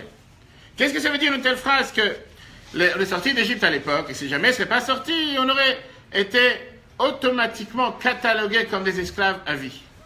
Pourquoi? Il faut penser avec une pensée tellement pessimiste. Non, c'est vraiment réaliste. Pourquoi réaliste? Mais qu'est-ce que tu sais qui se passera dans 3 générations? Mais c'est ce que tu es en train de dire. Si Dieu n'aurait pas fait sortir nos parents, nous, nos enfants et nos petits-enfants auraient été encore esclaves à Pharaon en Égypte. Pourquoi c'est logique? Mais d'où tu sais ce qui va se passer? Si moi je suis esclave. D'accord. Donc tu es garanti que tes petits-enfants seront esclaves. Et que je sors pas. Et que je suis pas sortie, c'est de la... logique, oui. Mais encore une fois, aujourd'hui tu parles au présent, on est d'accord? Tu parles au présent? Oui. D'accord. Si nos parents ne seraient pas sortis, moi, j'aurais été encore un esclave, mes enfants et mes petits-enfants. Donc un autre exemple. Non, c'est ce qu'on est en train de dire. Si je ne pas rencontré, je ne serais pas là, donc c'est exactement le même concept. Pourquoi tu n'aurais pas été là? Tu aurais été là avec des autres personnes. Pourquoi peut-être? Oui. Pourquoi peut-être? Si Dieu il a décidé d'envoyer ton neshama sur terre, ou il l'a envoyé grâce à tes parents, ou il l'a envoyé avec quelqu'un d'autre. Dans cet état, à cet âge-là, à cette période-là, pourquoi pas? Encore une fois, en quoi tu peux répondre par rapport à tes enfants et tes petits-enfants? Et c'est encore une fois dire qu'on aurait été aujourd'hui esclave à Pharaon en Égypte. Tu penses vraiment que Pharaon il aurait une telle... La réponse, la Torah vient te dire que les sorties d'Égypte, c'est pas un épisode qui a commencé il y a 3300 ans et qui s'est terminé à l'époque. C'est quelque chose qui est éternel, c'est quelque chose qui se passe aujourd'hui. Et c'est la raison pour laquelle, si jamais nos parents ne seraient pas sortis, nous, on aurait été encore en Égypte à ce jour. Et on ne parle pas ici de l'Égypte, géographiquement parlant. Puis la Torah te dit, si on commence à analyser qu'est-ce qui s'est passé avec nos parents en Égypte, c'est pas juste qu'ils étaient esclaves matériellement parlant, ils étaient totalement assimilés. Ils étaient totalement mélangés dans cette culture égyptienne. Ils étaient totalement sans pouvoir sortir d'eux-mêmes. Ils étaient esclaves, ils n'ont pas connu autre chose. Si Dieu ne les aurait pas fait sortir, le peuple juif, il aurait totalement disparu, il n'aurait jamais existé. Et c'est la raison pour laquelle on rappelle à chaque année, à chaque fois, le fait de la sortie d'Égypte. Parce que ce miracle a un impact direct pour la vie de chacun d'entre nous. C'est la raison pourquoi on fête la fête de Seder pour se rappeler l'éternité de ce moment. C'est pas juste un épisode qui s'est passé parmi tant d'autres. Et de la même manière qu'il y a des autres miracles. Pourquoi ce miracle plus que d'autres? Non. Parce que ce miracle a fait en sorte que le fait qu'il ait pris place, automatiquement, aujourd'hui, nous sommes qui nous sommes. Et on va voir tout de suite ce que ça veut dire par rapport à nos enfants, etc. Ça, c'est le sens simple. Donc, c'est un miracle, c'est un effet déclencheur qui a commencé et qui se termine jamais. Il n'y a pas un moment où il s'est terminé. Hein? Je n'ai pas dit que c'est ce que tu n'as pas dit. On n'a pas fini. Ça, c'est le sens simple. Mais beaucoup de commentateurs ne sont pas d'accord avec ça. Pourquoi ils ne sont pas d'accord? Tout d'abord, parce que si c'est comme ça, va plus tôt et continue avec beaucoup d'autres choses. Tu n'as qu'à faire comme ça. On n'a qu'à célébrer tous les jours la naissance d'Abraham. Parce que si jamais Abraham n'aurait pas été né, il n'y aurait pas eu Sarah, il n'y aurait pas eu Yitzhak, il n'y aurait pas eu Jacob, il n'y aurait pas eu tout ça. Pourquoi tu commences l'histoire au milieu? Pourquoi tu commences l'histoire, tu as décédé il y a 3330 ans, en 2448? Commence l'histoire depuis le début des temps. Il n'y aurait pas eu Adam, il n'y aurait pas eu Ève, il n'y aurait pas eu Ève, il n'y aurait pas eu Caïn. Pourquoi tu prends l'histoire en plein milieu du film? Prends depuis le départ. Ou bien, si Dieu n'aurait pas fait descendre la manne dans le désert pendant 40 ans, on n'aurait jamais pu survivre, ils seraient tous morts, il n'y aurait pas eu d'enfants, on n'aurait pas été là. Tu peux prendre n'importe quel moment de l'histoire et faire de ça un grand miracle. Et c'était des grands miracles, parce que c'est pas la norme d'avoir du pain qui tombe du ciel tous les jours. Et à faire ça, vivre tous les jours, heureusement que ça s'est passé, c'est pour ça que je suis là aujourd'hui, comme tu as dit tout à l'heure. Si tes parents n'auraient pas été nés, ils ne seraient pas rencontrés, tu n'aurais pas été là aujourd'hui. Oui, pourquoi pas? Ça, c'est ce que beaucoup de commentateurs demandent. Et comme j'ai dit tout à l'heure, la question qui dérange, c'est pas seulement jusqu'à nous. C'est avec quoi tu te permets de dire, c'est pas seulement nous, mais nos enfants, nos petits-enfants, tout le monde aurait été en Égypte. Alors qu'on sait que la Torah nous dit clairement que Dieu a promis à Abraham qu'on sera en Égypte pour une période précise de 400 ans. Dieu a donné un terme à cette période. Comment toi tu peux venir et dire aujourd'hui que si jamais on n'aurait pas été libéré 3330 ans, on aurait encore été en Égypte? Ça n'a pas de sens. Le but même pourquoi Dieu a créé le monde, c'est pour pouvoir arriver au mont Sinaï, pour pouvoir recevoir la Torah. Comment tu peux dire qu'on serait resté en Égypte? Ça veut dire qu'on n'aurait jamais reçu la Torah au mont Sinaï. Il y aurait eu quelque chose d'autre qui serait passé. Et tu ne peux pas venir et affirmer en disant que si jamais on ne serait pas sorti d'Égypte, toute la suite n'aurait jamais pris place. Dieu n'a jamais prévu un tel plan. C'est ce que la Torah nous dit. Il y en a qui sont restés. Ceux qui sont restés, on n'en parle plus, merci, au revoir. Ils sont morts, qu'est-ce que tu veux d'eux? Si on n'était pas sortis de nous, alors on serait restés en Égypte comme ceux qui sont restés en Égypte. Non, la preuve, c'est que ceux qui sont restés sont morts. Ils ne sont pas restés, juste restés vivants. Ceux qui sont restés ne sont pas restés pour faire la belle vie en Égypte, pour aller à Sharm el-Sheikh ou dans le Sinaï. Ils sont morts. Ceux qui n'ont pas voulu sortir, ils ne sont pas sortis du tout. Ils sont restés. Et on n'en parle plus d'eux. Regardons cette question que le Ritba nous demande. Le Ritba sur la Haggadah demande la question suivante. Comment tu peux dire une telle chose? Dieu a juré lui-même à Abraham de transcendre le Binyan Abtarim, dans cette alliance qu'il a fait avec lui. Dieu a clairement juré qu'il va nous faire sortir en fin des temps. On est bien obligé de dire qu'il y a ici quelque chose de particulier avec le peuple juif qu'il n'y a pas avec aucun autre peuple. On est bien obligé de dire que la sortie de cet esclavage, la sortie de cet épisode qu'on répète tous les jours, sortie d'Égypte, c'est quelque chose qui n'a jamais existé avec aucun autre peuple, aucune autre religion, aucune autre époque. Ça se passe seulement avec le peuple juif. Vous avez tous entendu parler du Dalai Lama, quelqu'un l'a rencontré une fois. Pas besoin de se déguiser comme lui, mais vous savez de qui on parle, qui est le grand dirigeant du bouddhisme tibétain dans le monde.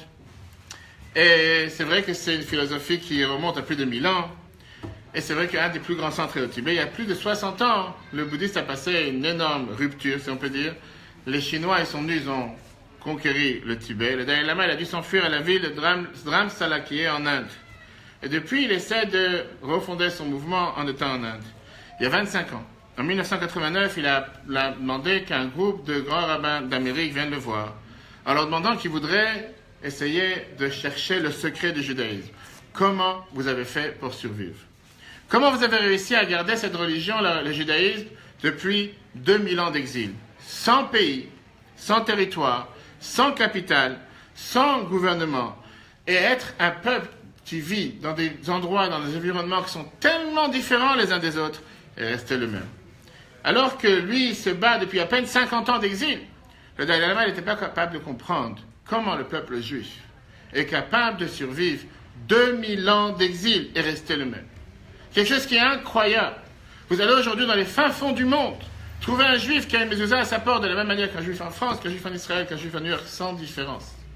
Comment est-ce possible qu'on a les mêmes rituels, qu'on a les mêmes valeurs? Vous allez aujourd'hui à Yad Vashem, ou au musée de la Shoah à Washington, trouver des ketuvot, des actes de mariage qu'on a retrouvés il y a 500 ans. Vous allez au musée de Prague, on voit que c'est exactement la même religion. Ça n'a pas changé. Il y a 1000 ans, il y a 500 ans, mais toujours les mêmes. Comment on a pu survivre alors que c'est le peuple qui a été le plus battu, avec le plus de pogroms, le plus d'épisodes? C'est l'Inquisition, c'est l'expulsion des Juifs d'Espagne. Tout ce qui a pu se passer à ce peuple est resté toujours fidèle à ses valeurs sans jamais rien changer. Il y a 89 ans, un peu plus que 80 pendant 91 ans, à Peterburg, c'était le moment où le rabbi précédent il a été envoyé en prison. Pas pour les affaires de drogue, pour les affaires de fraude fiscale. Le rabbi précédent, c'était le 6e rabbi de Chabad qui a donné sa vie pour faire survivre le judaïsme avec un réseau de 600 écoles souterraines sur toute la Russie à l'époque, pour que le judaïsme puisse survivre. Et les Russes, le KGB à l'époque, savaient qu'il fallait abattre la tête, qui était Schneerson, en représentant le rabbi précédent, et que comme ça, ils pouvaient abattre le judaïsme. Il a été envoyé en prison, c'était le mois de Sivan de 1927. Au départ, ils ont décidé de le donner la peine capitale, le tuer avec une balle dans la tête, grâce à des miracles que Dieu a fait, et surtout à tout ce qui s'est passé dans le monde. Ils ont réussi à changer son plan, à le mettre en prison pendant 10 ans, et après l'envoyer en exil pendant 3 ans, et finalement il a été libéré le 12 Tammuz. Le 3 Tammuz, quand il a été emmené sur la gare de Peterburg, à l'époque Leningrad, pour aller en exil, malgré le grand danger, malgré qu'il était entouré de policiers du KGB à l'époque, des milliers de juifs sont venus pour le dire au revoir, ils ne savaient pas quand ils sont allés le revoir, ils ne pensaient pas qu'il allait survivre, aller en exil, etc. Et là, sans avoir peur, avec sa force qu'il a eue de pouvoir tenir tête à tous ces agents du KGB, à tous ces procureurs, à tous ceux qui ont voulu lui faire du mal à chaque instant, il a dit la fameuse phrase qu'il a lui-même écrite, c'était un des plus grands les mémoires de la vie précédente, c'est toujours intéressant de les lire. Regardons la phrase qu'il a écrite dans les chiffres 4. Il a dit la phrase suivante. Yadou kolami masha'abdei adama, que tous les peuples qui sont sur la terre sachent. Rak gufoteinu nitnu begalut, seulement nos corps ont été envoyés en exil. Ubeshibud malchuyot, on est asservi par toutes les nations qui nous entourent. Aval nishmoteinu lo nitnu begalut. Nos âmes n'ont jamais été envoyées en exil. Velo nimseru ubeshibud malchuyot, et nos âmes n'ont pas été assiégées, asservies par qui que ce soit. Chayavim anu la'achiz le'enkol, on a le devoir de se rappeler, de proclamer cette phrase. Asher bechol ha'kashur ledatenu, de tout ce qui a rapport avec notre religion, Torah d'Israël, la Torah du peuple juif, mitzvoter à ses commandements, minagé à ses coutumes, ein misheu yachol lechapot et dato, personne ne peut nous forcer à faire quoi que ce soit contre la Torah. Ve'en shum koach shel kfiyah rachai le'avdenu, il n'y a personne sur terre qui peut essayer de nous forcer à nous asservir, à nous rendre esclaves, puisque même si nos corps, on va les rendre esclaves, notre esprit, notre neshama, nos âmes, ne pourra jamais être esclave. Et il a réussi. La réalité, elle est, c'est qu'en 1940, il a réussi, la semaine dernière, il y a 70 ans, et un peu moins de 70 ans qu'il a réussi à sortir de l'Europe, arriver en Amérique, refonder Chabad, commencer ce que c'est aujourd'hui. Le rabbi, il explique cette histoire de la manière suivante. Aucune force sur terre peut effacer ce qui est cette force spirituelle, cette neshama qui se trouve à l'intérieur d'un juif. Oui, le corps peut se trouver parfois en prison. Le corps parfois peut se trouver par certaines emprises, certains fantasmes, certains désirs, certaines limites, certaines barrières, certaines épreuves. Mais ça, c'est le corps. Combien aujourd'hui, quand on revient aux hôpitaux et à la médecine, combien de docteurs aujourd'hui, plus qu'il y a 50 ans, réalisent que plus l'état psychique d'un patient, plus l'état spirituel d'un patient est fort et solide, plus il a les moyens de s'en sortir sur son état et avoir un impact sur son état matériel. Plus quelqu'un dans son état spirituel, il est détruit, plus il est détruit avec son état matériel. Ce miracle, ce n'est pas un miracle qui s'est passé, qui s'est terminé à l'époque. C'est un miracle qui se trouve aujourd'hui dans chaque juif, chaque neshama sur les 4 coins de la planète. Ça peut être un juif qui est pratiquant ou non pratiquant, peu importe. À partir du moment qu'on a un neshama à l'intérieur, soit en France, en Israël, en Pologne, en Amérique, sur les 4 coins du monde, ce miracle se produit à chaque instant. À chaque fois que le peuple juif a été mis à l'épreuve, à chaque fois qu'on a eu des difficultés, le seul peuple qui a réussi à surmonter les difficultés, et à devenir encore plus fort qu'avant sur le peuple juif. Ce n'est pas ça parce qu'on est juif, on n'est pas des racistes, on n'est pas des antisémites, mais c'est la réalité. La semaine dernière, on a fêté la fête de Purim quand Esther, elle a voulu qu'on écrit la Megillah, elle est partie voir les sages de la génération en leur disant « Kitvuni les Dorot » écrivez cette histoire qui vient de se passer pour des générations à venir. Les sages lui ont dit, mais qu'est-ce que tu racontes? Tu veux qu'on crée des antisémites sur terre, qui vont venir et dire qu'une fille juive a eu affaire avec le roi perse qui dirigeait 127 pays, et qu'avec ça on a anéanti tous nos ennemis, on va se créer des antisémites. Et qu'est-ce qu'elle a répondu, Esther? L'histoire, elle est déjà écrite chez eux. Eux, ils l'ont écrit de leur manière. Autant l'écrire comme les faits se sont passés que croire à ce qu'eux, ils ont dit pour les générations à venir. C'est un fait que tout le monde reconnaît. Il y en a qui reconnaissent à voix haute, il y en a qui reconnaissent à voix basse. Ce miracle qui s'est passé à la sortie d'Égypte, en 2 mots. Jusqu'à la sortie d'Égypte, on était esclaves. Esclave à un peuple étranger. Automatiquement, qu'est-ce que ça veut dire un esclave? Quelqu'un qui ne peut pas s'exprimer, quelqu'un qui ne peut pas parler, quelqu'un qui n'a pas son propre libre arbitre, quelqu'un qui n'a pas sa propre liberté. Il dépend de quelqu'un d'autre. À la sortie d'Égypte, Dieu nous a transformés, comme on dit dans la Haggadah, en Bnei Chorin. Qu'est-ce que ça veut dire Bnei Chorin? Des personnes qui sont libres par excellence. Pas besoin d'avoir une étiquette, je suis libre. Comme certaines filles courent dans la rue avec des t-shirts, je suis libre. Vous avez jamais vu? C'est pas besoin d'avoir une étiquette sur soi pour dire je suis libre. Viens, la Torah te dit, tu as un devoir dans ton psychisme être libre. Tu veux dire que personne n'a aucun emprise sur toi. Et d'où on le sait, le Maharal nous dit que ça, c'est ce qu'a fait la sortie d'Égypte à l'intérieur de nous-mêmes. Regardons la phrase, Gvurat Hashem 61. Yesh Makshim, il y en a qui demandent la question, Ma'oïla la noyetzia, qu'est-ce que ça a fait comme bien pour nous la sortie d'Égypte? On est aujourd'hui sous l'emprise des autres gouvernements. On vit en France, on vit en Israël, on vit en Amérique, il y a des autres gouvernements, des autres régimes. Et il y a malheureusement peut-être quelques petits endroits sur terre où il y a des juifs qui ont des difficultés à faire la Torah et les mitzvot. Même si aujourd'hui on a toute la facilité, les gens disent voilà, je voulais avoir telle fête, j'ai un contrôle. Je veux avoir telle fête libre, je dois travailler, mon patron ne me laisse pas sortir. Il y a différentes choses qui se passent qui font que je ne me sens pas totalement libre. Fais des vrais havayem. Le Maharal te dit ce sont des bêtises. Pourquoi? Israël, quand on est sorti d'Égypte, on a reçu le bien et le bien par excellence. On a réussi cette capacité de pouvoir être libre. Grâce à leur propre qualité. Si tu te mets dans la tête que tu es esclave, tu seras esclave. Si tu te mets dans la tête que tu es libre, tu seras libre. Et l'histoire montre à travers tous les temps. L'histoire juive montre, avec des exemples sans fin, que des gens qui étaient dans les situations les plus dures ont réussi, grâce à ça que dans leur tête ils étaient clairs, qu'ils ne sont pas libres, qu'ils ne sont pas soumis, qu'au final ils rencontreront la liberté et ils verront que seulement du positif et du bien sortira de tout ce qu'ils ont pu souffrir. On peut en citer des dizaines de prisonniers qui allaient à travers le monde. Chef d'État, un certain qui était emprisonné pendant 25 ans, qui a réussi à sortir libre et a créé tout un mouvement autour de lui. Je vais raconter une histoire qui s'est passée à Pessah en 1944. C'était à Bergen-Belsen, un des camps allemands. Aujourd'hui, on n'a pas le droit de parler de la Pologne, même si c'est en train de changer, parce que si jamais tu dis qu'un camp en Pologne a fait quoi que ce soit, on va te mettre en prison pendant quelques années. Mais ça change. Le rabbi de Blojov, Rabbi Israël Shapira, il était parti voir le commandant du camp, et il lui a dit qu'il voudrait pouvoir pétrir, avoir de la matzah pour la fête de Pessah. C'était un luxe. À la place, il a dit, je suis prêt à pardonner ma ration de pain qu'on recevait en tant que prisonnier dans les baraques pendant 8 jours. À la place, donne-moi la farine. Et moi, j'ai fait la matzah. Que ça dérange. C'est exactement le même frais pour vous. Le commandant de la baraque a dit, je suis d'accord. Ils ont travaillé pendant quelques jours. Ils ont créé un petit four. Après ça, ils ont rassemblé des morceaux de bois qu'il y avait par terre. Ils ont commencé à fabriquer la matzah. Malheureusement, le commandant arrive vers leur baraque. Et il voit ce qui se passe. On sent les odeurs de brûlés. Il détruit le four. Il casse les matzahs qui étaient prêtes. Et il commence à donner des coups de fouet droite à gauche sur tous ceux qui étaient présents. Et il voit le rabbi de Blojov qui était présent. Et il lui donne des coups tellement forts qu'il avait presque plus la force de tenir sur les pieds. Soir du Seder, les Juifs sont assis autour de la table. Ils ont l'habitude, le soir du Seder, on ne peut pas oublier, c'est le soir de Pessah. Et ils essayent, d'une manière ou d'une autre, pratiquer le soir du Seder. De cet épisode, il a réussi à cacher un petit morceau de matzah qui lui est resté. Tout a été cassé, tout a été mis en miettes, un morceau lui est resté. Et ils ont commencé à débattre qui va avoir le mérite ce soir de faire la mitzvah qui est écrite dans la Torah, que ce soir on doit manger la matzah.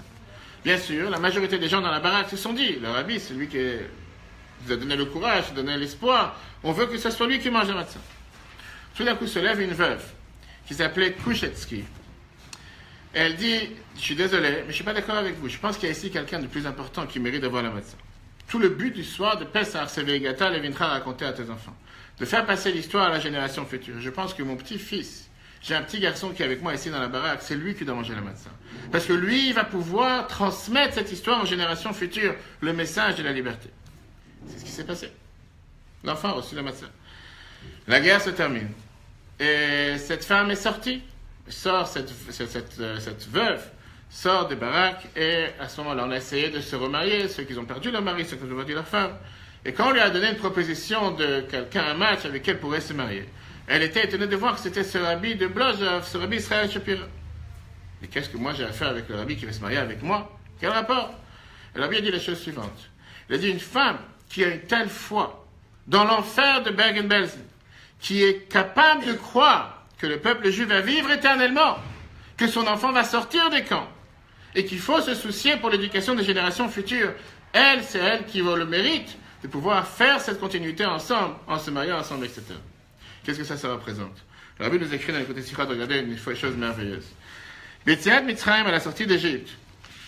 Nif'al, Dieu il a fait en sorte. Sheyoter lotiyev sharut la souk shel galut Betziat Mitzrayim. Dieu il a fait en sorte qu'il n'y aura plus jamais une telle exil comme la sortie d'Égypte. Sheken.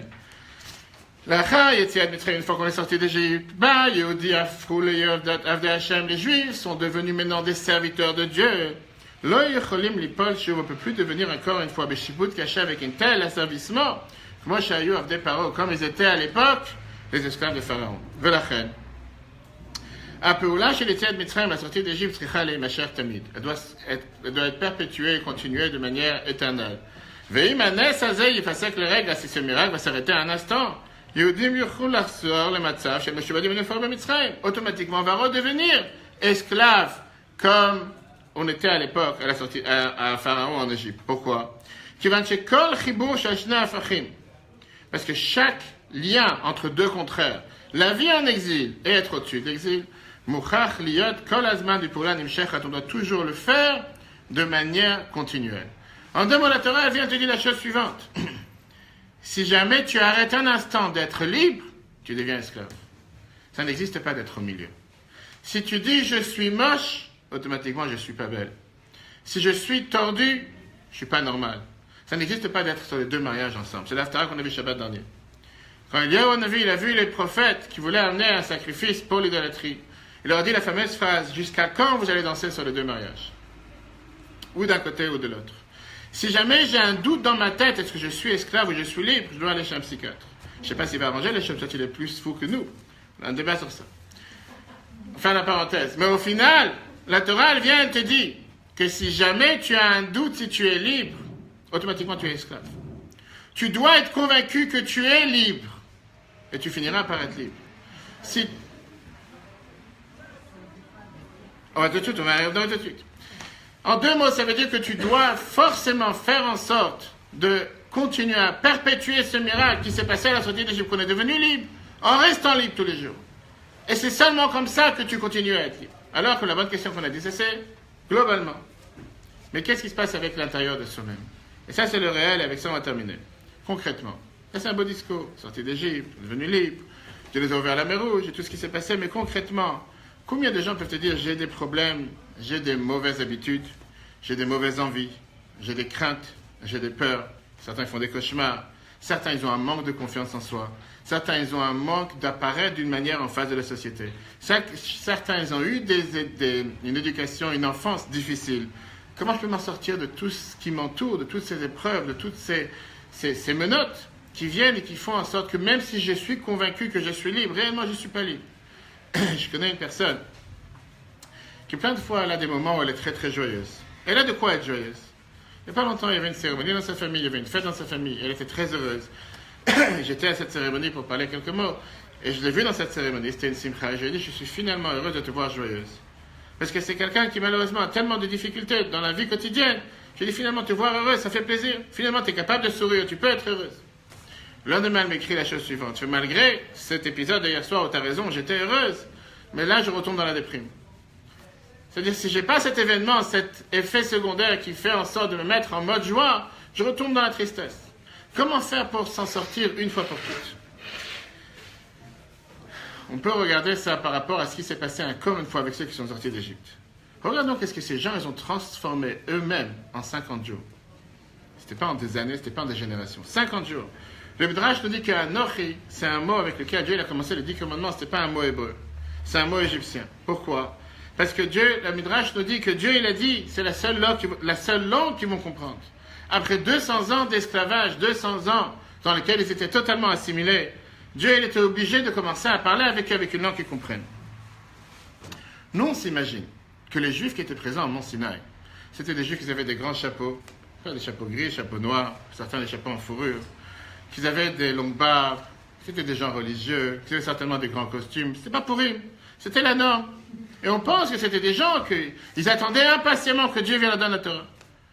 La réalité, elle est que Dieu, il a pris 600 000 esclaves étrangers, des Égyptiens avec d'antécédents juifs, à tel point que Moshe les nomme Goy Mikarev Goy, un peuple parmi un autre peuple.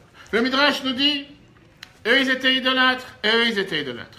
Eux ils commettaient l'adultère, eux ils avaient affaire avec l'adultère, en parlant des Égyptiens et des Juifs.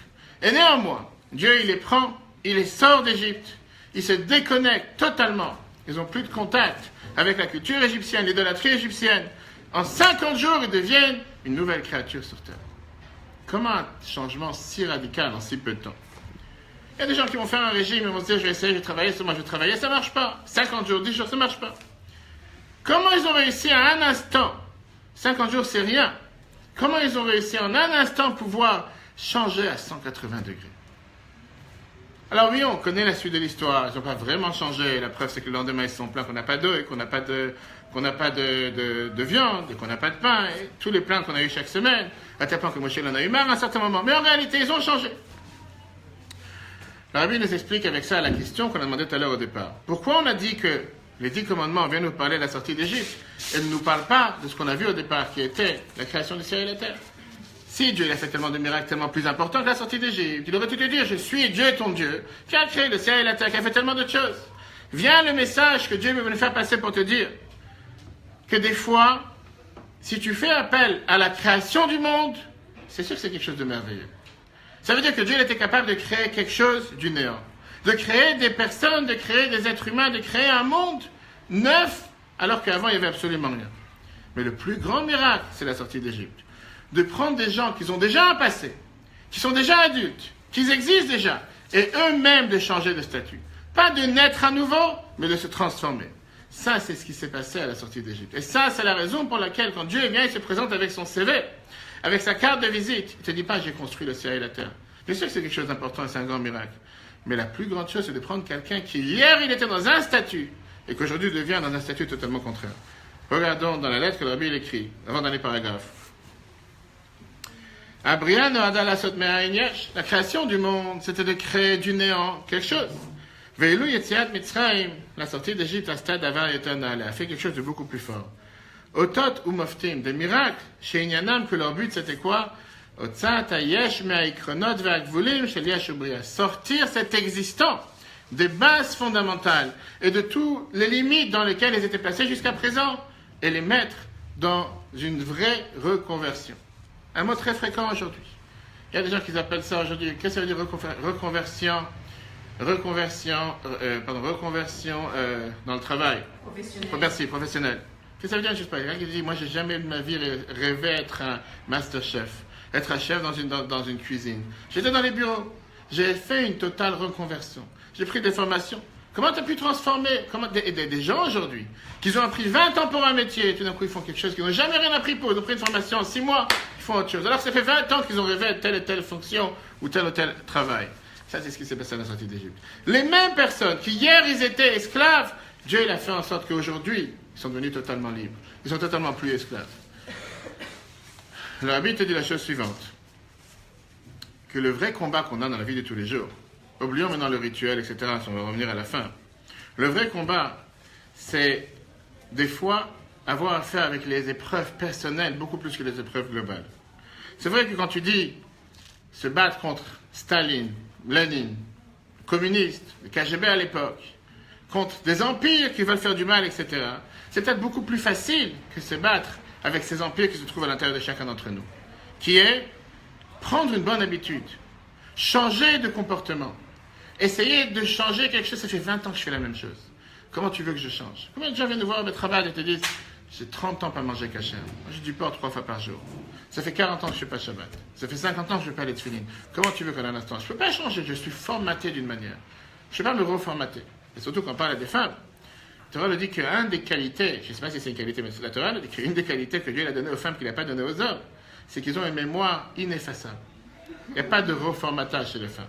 Un ordinateur, tu peux faire un reformatage, même si on sait qu'aujourd'hui tu peux reformater un ordinateur combien de fois tu veux. Au final, il reste toujours quelque chose et tu peux trouver toujours les grandes sociétés qui vont toujours trouver ce que tu as perdu. Mais une femme, 20 ans plus tard, elle est capable de te rappeler quel costume tu as mis à tel mariage, avec quelle personne tu es parti parler, pourquoi celui-là tu n'as pas salué, quel manger t'aimes. Une mémoire qui est ineffaçable. Très bien. Bien, la Torah te dit que le devoir de se reformater, c'est un devoir qui est beaucoup plus dur. Et la question, comme on l'a dit tout à l'heure, qu'est-ce que ça veut dire? Comment on peut arriver à devenir libre? Comment on peut arriver concrètement à sortir de cette emprise, de ces étiquettes, de ces catégories dans lesquelles on se place, ou bien la société nous met, pour décider une fois pour toutes, peu importe ce que la société va dire. Je vais vous donner un débat qui s'est passé il y a à peine 1 heure en train d'arriver. Une jeune fille qui appelle et qui dit elle est en classe, elle doit aller à l'école aujourd'hui, et toutes ses copines nous ont décidé qu'aujourd'hui on va sécher les cours. Ça arrive? On ne va pas demander de faire un tour de table pour savoir combien de fois vous l'avez fait. Ça arrive, de temps en temps, on se dit, aujourd'hui on ne va pas en classe. Pourquoi? Comme ça on a décidé, une prof n'est pas venue, on saute la classe. Et cette fille, elle a un débat, elle est en train de pleurer au téléphone. C'est une jeune fille, et elle me dit, j'ai un débat, j'arrive pas. D'un côté, je sais que je devrais y aller, parce que c'est pas un jour off, c'est pas un jour de vacances. De l'autre côté, toutes les copines me disent, surtout n'y va pas, parce que si tu vas aller, tu vas ruiner notre plan. On a décidé qu'aujourd'hui, on va sécher. Il faut que tu sois parti de la bande. Et puis, je sais, quel jour, comment on peut réussir à se dire, je m'enlève cette étiquette. Je m'enlève cette crainte, cette peur de qu'est-ce que la société va dire. Qu'est-ce que mes amis vont dire. Combien de gens, dès qu'ils font un changement, spirituellement parlant, tout d'un coup, certaines personnes, je parlais de ça tout à l'heure, il y a 3 heures avec un shliach, un ami, la seule chose qu'ils savent faire, c'est les rabaisser. Qu'est-ce qu'elle est devenue religieuse? Qu'est-ce que tu t'es pris dans la tête? Tu es devenue radicale? Tu étais complètement folle, j'ai jamais fait des choses pareilles. Pourquoi aujourd'hui tu commences à faire telle et telle folie? D'où tu... C'est pas pour toi ces choses-là. Depuis quand tu... Je parle pas de ceux qui disent, mais vous êtes pas Lubavitch. Lubavitch, c'est les extraterrestres, on peut les comprendre, mais vous, quel rapport? Sois normal, prends la vie au cool. Ça doit te prendre la tête avec des bêtises. Et combien de fois, et ça arrive surtout, et en règle générale, quand on veut faire quelque chose de positif. À votre santé. Ça n'arrive jamais quand quelqu'un veut faire quelque chose qui est neutre ou quelque chose de négatif. Dès que quelqu'un veut faire un changement, dès que quelqu'un veut changer dans quoi que ce soit, tout d'un coup, ça peut être la sœur, le frère, copain, copine, parents, enfants, société, amis, mais t'es tombé sur la tête. Et là vient le conflit interne. Et là, ça montre comment, tout à l'heure, on a dit comment on est tellement emprisonné. Là, c'est un débat interne dans lequel on se dit qu'est-ce que je fais? Je cède à la pression? Ou bien je dis, ça ce sont mes standards, ça ce sont mes valeurs. En rien sur terre, je vais céder à quoi que ce soit ou à qui que ce soit par rapport aux valeurs que j'ai et que je dois totalement affirmer à chaque instant. Au final, plusieurs généraux israéliens, commandants israéliens, étaient venus voir le rabbi de l'heure du dimanche. Et ils parlaient à l'époque du président Bush père, George Bush père. Vous l'avez connu? Pas le George Bush qui était il y a quelques années, son père, qui aujourd'hui est toujours vivant, très âgé dans une chaise roulante.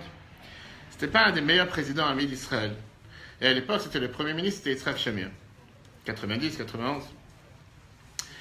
Et il mettait une énorme pression sur Israël pour faire des concessions. À l'époque, il y avait ce qu'on appelle Veidat Madrid. Il y avait la grande réunion de tous les pays qui a été faite en Espagne. Et le rabbi répétait toujours la même phrase. Que les Américains ont l'habitude de respecter ceux qui respectent leurs propres valeurs. Une personne qui ne se respecte pas ne vaut pas la peine qu'on le respecte. Et je peux vous dire qu'en étant en Seine-et-Marne, j'ai affaire avec beaucoup de monde qui n'est pas juif, que ce soit dans les hôpitaux, que ce soit dans les prisons, que ce soit dans la vie en général. On voit comment les nations du monde admirent une personne qui a des convictions, je ne parle pas maintenant des convictions, une idéologiste qui est totalement radicale et extraterrestre, qui respectent ses propres valeurs et qui vont tout faire pour l'aider à respecter. Et ça leur fait plaisir de voir que quelqu'un, il a son standard et il a ses valeurs. Il n'est pas en train de piétiner sur qui que ce soit, ou vouloir imposer sa volonté à qui que ce soit, mais par rapport à la personne en elle-même. Comment on peut changer? Comment se libérer de ces emprises, de ces limites, de ces épreuves, de ces étiquettes, de ces catégories dans lesquelles la société nous met ou dans lesquelles on se place nous-mêmes? 3 réponses, et avec ça on termine. 3 réponses que la Bible nous a données. Très riches. Pessah, Matzah et Maror. C'est ce qu'on dit le soir de Pessah. Tout celui qui n'a pas dit ces 3 mots, qui, le soir de Pessah, manger la Matzah, se rappelle le sacrifice de l'agneau pascal, manger la Matzah et les herbes amères, il n'est pas qui du soir à 17h. Qu'est-ce que ça représente dans la vie de chacun d'entre nous? La Bible avait dit une fois la chose suivante. Quand quelqu'un il prend une bonne décision pour quoi que ce soit, il doit la prendre pour un certain temps. Si quelqu'un il va dire je fais un régime à vie, les garantis qu'il n'y a pas de régime. Si quelqu'un il décide de faire quoi que ce soit, éternellement, sans laps de temps, sans limite, ça ne marchera pas. A priori, l'avantage il est que quand tu prends quelque chose dans un certain temps, tu dis d'aujourd'hui pendant 1 mois, je prends sur moi de faire une prière par jour. Pendant 1 mois, je prends sur moi de manger cachère 1 fois par jour, mieux que d'habitude. Tu sais que c'est un laps de temps limité, 10 jours, 20 jours, tu sais que tu as mis toutes les forces pour réussir. Dans l'autre cas, la meilleure réussite de pouvoir sortir d'Égypte, c'est de prendre une décision, pas 36, pas vouloir changer la planète. Se changer soi-même sur un aspect. Si je n'ai pas l'habitude de prier tous les jours, c'est-à-dire, tu sais quoi, chaque matin je me lève, je prends 2 minutes. Pas je vais prier. Je prends 2 minutes. Ces 2 minutes, je vais les consacrer à penser à Dieu, penser à qu'est-ce que Dieu vaut dans ma vie, qu'est-ce que ça vaut dans la parole de tous les jours. Mais ça sera 2 minutes par jour, pas plus. Deuxième point, dans l'action. Le mot Zacharie dit dans Tania comme quoi l'homme intermédiaire que nous sommes tous n'est pas seulement gouverneur sur son cœur, mais doit régner sur ses paroles, sur ses actions et sur sa pensée. On peut penser, on aurait pu penser, que prendre une bonne décision, ça peut être quelque chose qui n'est pas tangible, qui n'est pas réel, qui n'est pas quelque chose qu'on peut toucher avec les mains. Viens, la Bible nous dit que si tu veux réussir dans une bonne décision, tu ne veux pas dire, à partir de demain, je deviens bon juif. À partir de demain, je commence à aimer tout le monde. À partir de demain, je commence à craindre Dieu. Ça n'a pas de sens. Prends une chose. Prends un détail. Comme j'ai dit tout à l'heure, je vais dans tous les restaurants tous les jours. Je ne fais pas forcément attention au kasher. J'essaie de faire attention, je ne mange pas de porc. Viens, la Torah te dit sortir d'Égypte. Dis-toi qu'à partir d'aujourd'hui, peu importe où j'y vais, une chose je vais éviter de manger. Mais cette chose-là, je ne toucherai plus. À part le porc, je prendrai une chose en plus.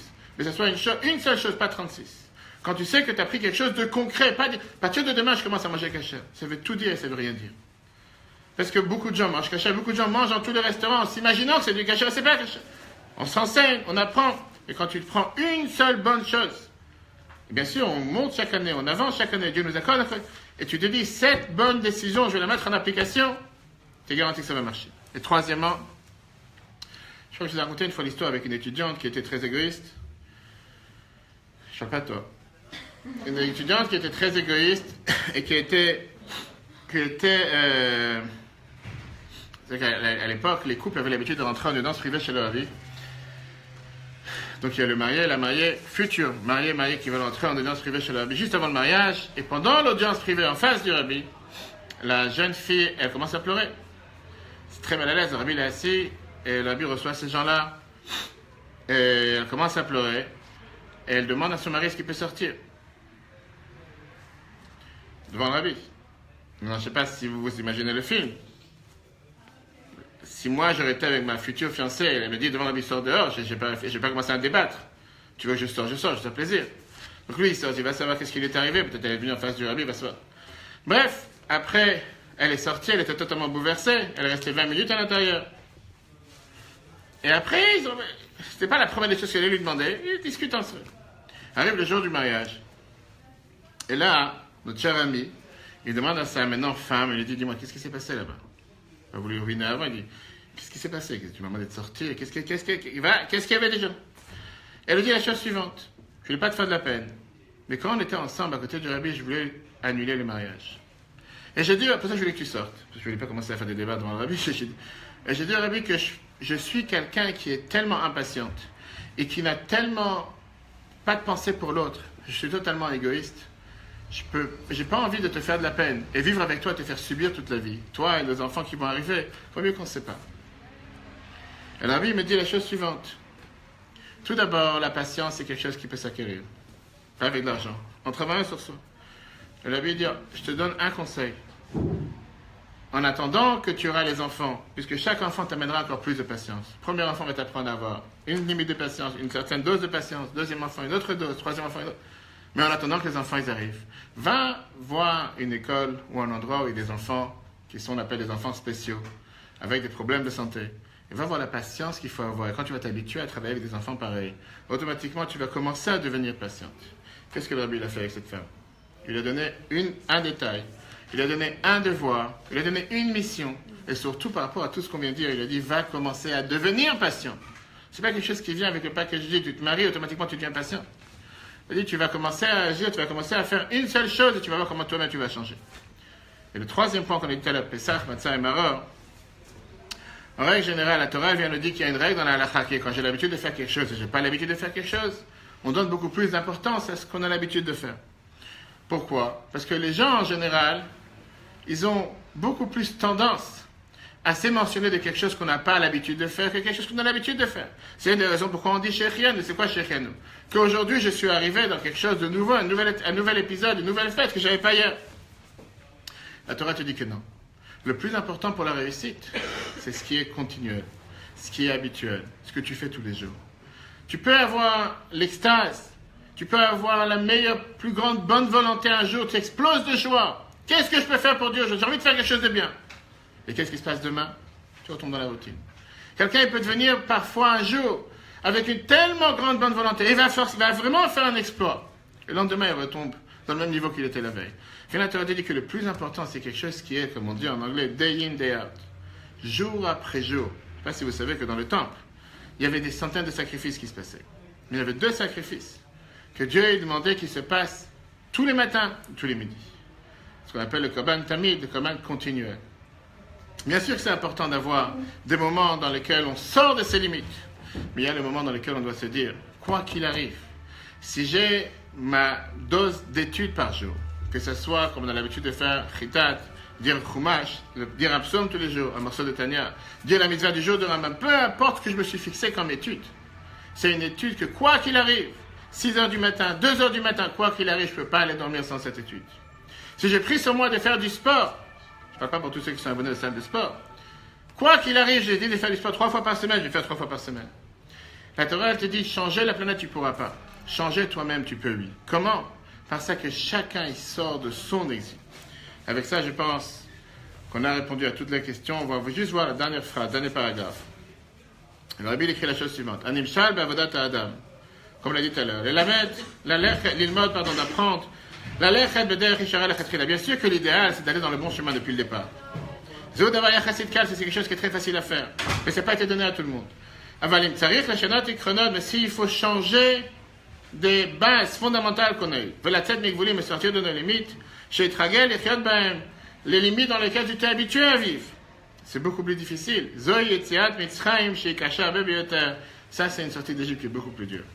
Voilà, chers amis, pourquoi l'importance de vouloir sortir d'Égypte chaque jour, et plus particulièrement la fête de Pessah. Si chaque jour c'est un simple devoir, la fête de Pessah, ça devient une obligation. On fait ce rituel pour se dire stop. Je reste plus justement, contrairement à ce que certains ont dit tout à l'heure, je reste plus dans cette image de dire je le fais pour le rituel. Parce que si c'est le faire pour le rituel, ne le fais pas. Si c'est le faire parce que c'est la routine, ça sert à rien de le faire. Bien sûr qu'on fait les mises qu'il faut les faire. Mais si je viens le faire parce que c'est le rituel seulement pour ça, et que ça ne me parle pas, et que ça ne me change pas, qu'est-ce que j'ai gagné? On n'est pas là pour être des robots, on n'est pas là pour faire une image. C'est la raison pour laquelle chaque fête on a l'habitude de dire que Dieu nous a fait revivre, nous a fait maintenir, nous a fait arriver à ce moment-là. Pourquoi? Parce que je réalise que c'est un moment nouveau. Qu'est-ce que ça veut dire qu'il nous a fait? Que hier, c'est pas aujourd'hui. De la même manière qu'on remercie Dieu tous les jours, arrive un moment de fête, je me dis, mais c'est énorme. Comment j'ai changé par rapport à l'année dernière? Comment je suis différent par rapport à l'année dernière? Et comment j'attends que Dieu me donne les forces et la santé et le pouvoir, qu'à partir de cette fête, je sois encore une fois différent. Et c'est la raison pourquoi la Torah te dit que la fête de Pessah, c'est appelé Zman Cheuteinu, le temps de notre liberté. Et si quelqu'un n'a pas compris avant Pessah comment le faire, c'est pas grave. Tu as vécu toute l'année en tant qu'esclave, tu étais dans un cocon, tu étais dans un stigmate, tu étais dans une étiquette, tu étais dans une catégorie, oublie. Mets-toi à table, commence à faire des choses qui te montrent que tu es libre. Tu vas commencer à devenir libre. Demain, tu vas te dire, le lendemain du Seder, je vais commencer à être la fille la plus religieuse sur terre, je vais commencer à prendre 3 fois par jour, je vais commencer à prier. Oublie. Commence pas à vouloir changer la planète, ça ne changera pas. Commence à prendre une mitzvah, commence à prendre une étape positive, une bonne décision, que ce soit de manière quotidienne, que ce soit de manière fixe, que ce soit limité dans le temps. Tu vas voir comment tu vas réussir. Et comme la Torah nous dit, que quand quelqu'un il essaie d'ouvrir comme le trou d'une aiguille, c'est un tout petit trou, Dieu il est prêt à lui ouvrir les portes d'un palais. Chaque fois qu'un juif veut faire un effort, s'il veut sincèrement, Dieu va tout faire pour lui faciliter les choses. Que Dieu fasse que cette année, à Pessah, on sort tous de liberté encore avant, que ce ne soit pas juste une phrase qu'on répète chaque année, le Shana, Ba'ab Yerushalayim, puis l'année prochaine nous sommes à Jérusalem, mais que déjà avant Pessah, nous soyons tous sortis de notre propre exil. Et à ce moment-là, le peuple juif en entier sortira d'exil avec la venue de Mashiach. Si vous avez des questions, objections, désaccords, n'hésitez pas. Moi, c'est juste que tous les jours, on va réfléchir à Mitzrayim, parce que tous les jours, je dis qu'il faut tous les jours apprendre cette chose, cette décision, d'avancer de notre habitude, de notre... Sauf que tous les jours, parfois, qu'on a le courage et la possibilité de vouloir le faire. C'est juste une parole. Arrive le soir de Pessah, on met ça en application. On met ça dans le concret. Tous les jours, c'est une simple parole. Et après, la routine continue. Arrive le soir de Pessah, on met ça en application. Question? Dieu vous bénisse. Très bonne préparation. Ne pas oublier ce qu'on dit chaque année. C'est important. Le Rabbi rappelait à chaque fois l'importance que Pessah, c'est pas chercher des poussières ou transformer la maison ou faire la peinture dans la maison ou changer la moquette. Pessah, on a le devoir de chercher le Chamed dans l'endroit où il se trouve. Pas aller chercher des remèdes dans l'endroit où on n'a jamais vu toute l'année. Et que Dieu fasse qu'on épargne toutes ces fatigues et toutes ces recherches. Que ma chère, il arrive déjà ce soir. Très bonne soirée.